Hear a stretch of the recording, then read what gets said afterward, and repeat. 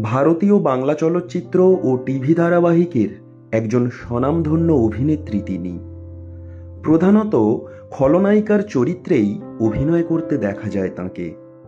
তবে বেশ কয়েকটি ধারাবাহিকে পজিটিভ চরিত্রেও অভিনয় করেছেন তিনি। প্রায় সকল প্রকার চরিত্রেই নিজের অভিনয় প্রতিভা দিয়ে প্রায় ২৫ বছর ধরে তিনি দর্শকদের মন জয় করে আসছেন। তিনি অভিনেত্রী চৈতালি চক্রবর্তী। ছোট থেকেই অভিনয় ছিল তাঁর রক্তে। তাঁর দিদা দীপালি চক্রবর্তী, মা শেলি পাল ও বাবা পরিতোষ পাল ছিলেন নান্দিকার নাট্যদলের সঙ্গে যুক্ত। এছাড়াও বাংলার স্বনামধন্য অভিনেত্রী লিলি চক্রবর্তী হলেন তাঁর মাসি। ফলে ছোট থেকেই রিহার্সাল, গ্রিন রুম, নাটক, শুটিং এই ধরনের শব্দ শুনতে শুনতেই বড় হয়েছেন চৈতালি দেবী। তিনি ছোট থেকেই চাইতেন অভিনয় করতে। থিয়েটারের হাত ধরেই অভিনয়ে পদার্পণ করেন চৈতালি চক্রবর্তী। এরপর ছোট পর্দায় অভিনয়ের সুযোগ পান তিনি। জনপ্রিয় বাংলা ধারাবাহিক জন্মভূমিতে তাঁর প্রথম অভিনয়।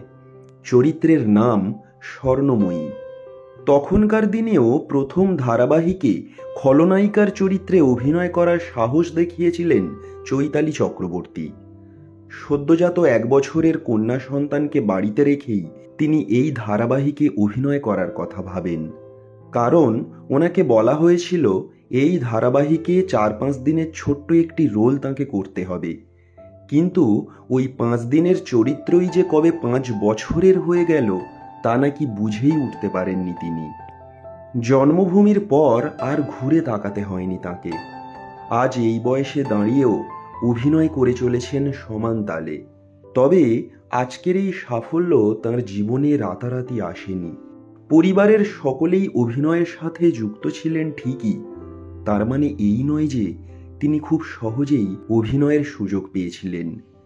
একটা সময় তিনি যখন ক্লাস 12-এ পড়তেন তখন তিনি তার বাবার কাছে অভিনয়ের ইচ্ছা প্রকাশ করেন। ওই সময় তার বাবা তাকে নিয়ে যান শাওলি মিত্রের কাছে। কিন্তু ওখানে তাকে প্রথমেই সুযোগ দেওয়া হয়নি। টানা ৫ বছর বসিয়ে রাখা হয়েছিল। ওখানে তিনি যাবতীয় ফাইফরমাস খাটতেন, কিন্তু কেউই তাকে অভিনয়ের সুযোগ দিতে চাননি। ওই দিন থেকেই তার জেদ চেপে গিয়েছিল নিজেকে অভিনেত্রী রূপেই গড়ে তুলবেন, আর অন্য কোনো পেশায় তিনি যাবেন না। পড়াশোনাতেও ভালো ছিলেন চৈতালি চক্রবর্তী। নাটক নিয়ে পড়েছেন রবীন্দ্রভারতী বিশ্ববিদ্যালয় থেকে।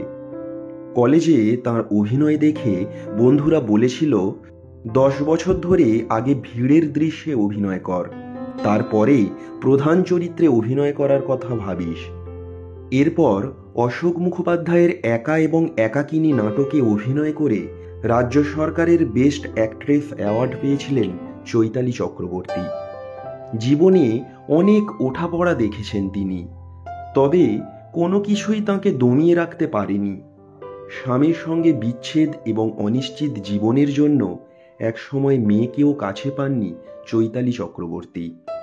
তবে অভিনয়কে ছেড়ে কোনো দিনও অন্য কোনো কিছুকে বেছে নেননি চৈতালি চক্রবর্তী।